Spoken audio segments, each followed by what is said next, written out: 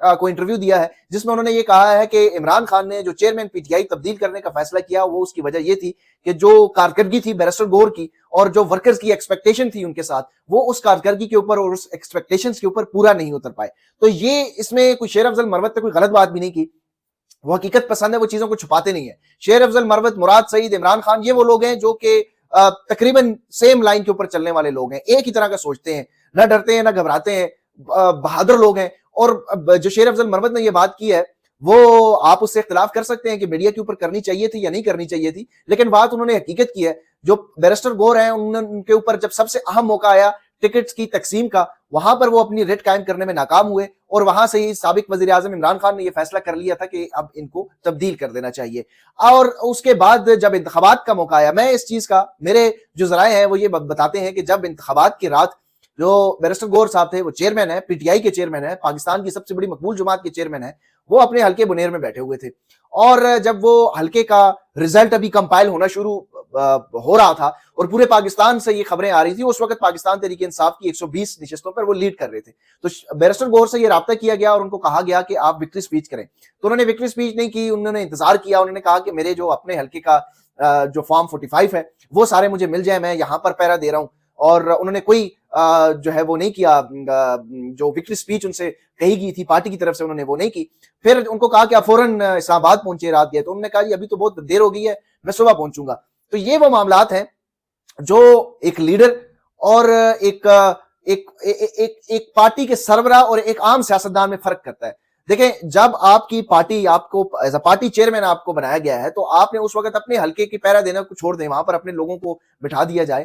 آپ پارٹی کے چیئرمین ہیں, آپ الیکشن لڑ رہے ہیں, آپ کے وہاں پر اتنے زیادہ لوگ ہوں گے, آپ اسلام آباد پہنچ جاتے ہیں, وہاں سے لیڈ کرتے, پریس کانفرنسز کرتے, کوئی ریلی نکالتے. رات کو اسلام آباد میں نوجوان ریلیاں نکال رہے ہیں, ان کو لیڈ کرنے والا کوئی نہیں تھا. اس کے بعد شیر افضل مروت آئے, انتخابات کے بعد جو ہے وہ سارا آپ نے دیکھا کہ کس طریقے سے انہوں نے پورے پاکستان میں کال دی گئی تھی کہ آپ نے باہر نکلنا ہے. 17 فروری کو جو اسلام آباد میں ہم نے دیکھا کہ شیر افضل مروت کے ساتھ جس طریقے سے لوگ نکلے, اور وہ شیر افضل مروت ہی تھے جس کی وجہ سے پورے پاکستان میں ایک نیریٹو بلڈ ہوا کہ پاکستان کے لوگ جو ہیں وہ کھڑے ہو گئے ہیں, اور پھر مجبوراً ٹویٹر بھی بند کرنا پڑا. تو یہ کہانیاں ہیں کہ جو شیر افضل مروت کے ساتھ اس وقت کیا جا رہا ہے اور جو ان کے ساتھ جو رویہ رکھا جا رہا ہے.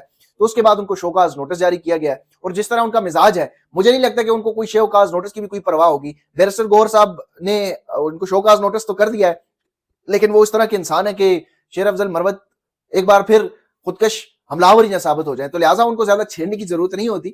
ایسے لوگوں کو بس آپ جو ہے نا وہ اپنی پارٹی کے مفاد کے لیے استعمال کرتے ہیں. آپ کو پتہ ہے کہ ایک بندے کا فائدہ زیادہ ہے اور نقصان بھی وہ دے رہا ہے, لیکن وہ فائدہ آپ کو زیادہ دے رہا ہے تو اس پہ خاموش رہنا زیادہ بہتر ہوتا ہے. اور یہی پولیٹیکل اسٹریٹجی ہوتی ہے, گڈ کاپ بیڈ کاپ بھی کھیلنا ہوتا ہے.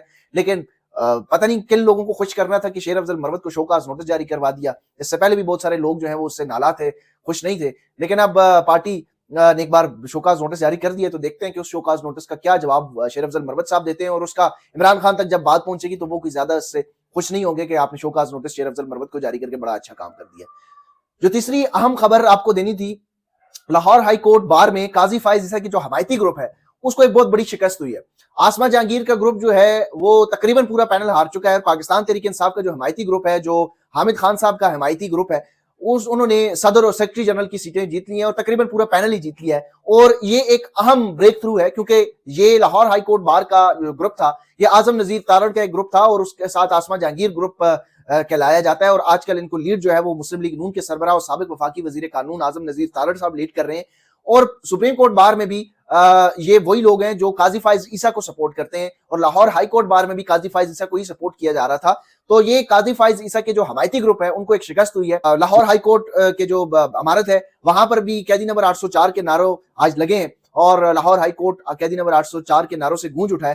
تو یہ ایک بہت بڑی کامیابی ہے پاکستان تحریک انصاف کے لیے, اور چیف جسٹس قاضی فائز عیسیٰ کی جو سپورٹ تھی وہ اب کم ہو چکی ہے. اور چونکہ ہمارا جو جوڈیشل سسٹم ہے اس میں بارز کا ایک بہت بڑا کردار ہوتا ہے, بینچ اینڈ بارز یہ ایک دوسرے کو لے کے چلتے ہیں, تو بارز کا ایک بہت بڑا انفلوئنس بھی ہے. تو اس انتخابات کے بعد جو پاکستان تحریک انصاف کا حمایتی گروپ کامیاب ہوا ہے, اب بہت زیادہ دباؤ جو ہے وہ سپریم کورٹ کے اوپر بھی پڑے گا, کیونکہ سپریم کورٹ میں اس وقت انتخابات کے حوالے سے جو ہے وہ پٹیشن شیر افضل مروت نے دائر کر رکھی ہے. اب دیکھتے ہیں کہ سپریم کورٹ اس کے اوپر کیا وہ فکس کرتی ہے سماعت کے لیے, اور اس کے حوالے سے اگر کوئی بھی ایسی چیز ہوتی ہے تو لاہور ہائی کورٹ بار سے اب یہ تحریک شروع کرنے کا اگر چاہے پاکستان تحریک انصاف تو ان کو کوئی رکاوٹ نہیں ہوگی. باقی بارز میں بھی خیبر پختونخوا میں بھی کراچی میں بھی سندھ کی بھی جو ہے وہ بھی بارز کو متحرک کیا جا سکتا ہے. تو یہ ایک بہت بڑی کامیابی ہے کیونکہ لاہور ہائی کورٹ بار جو ہے وہ پورے پنجاب کے بارز کو ڈرائیو کرتا ہے, ڈریون وہیں سے ہوتی ہے.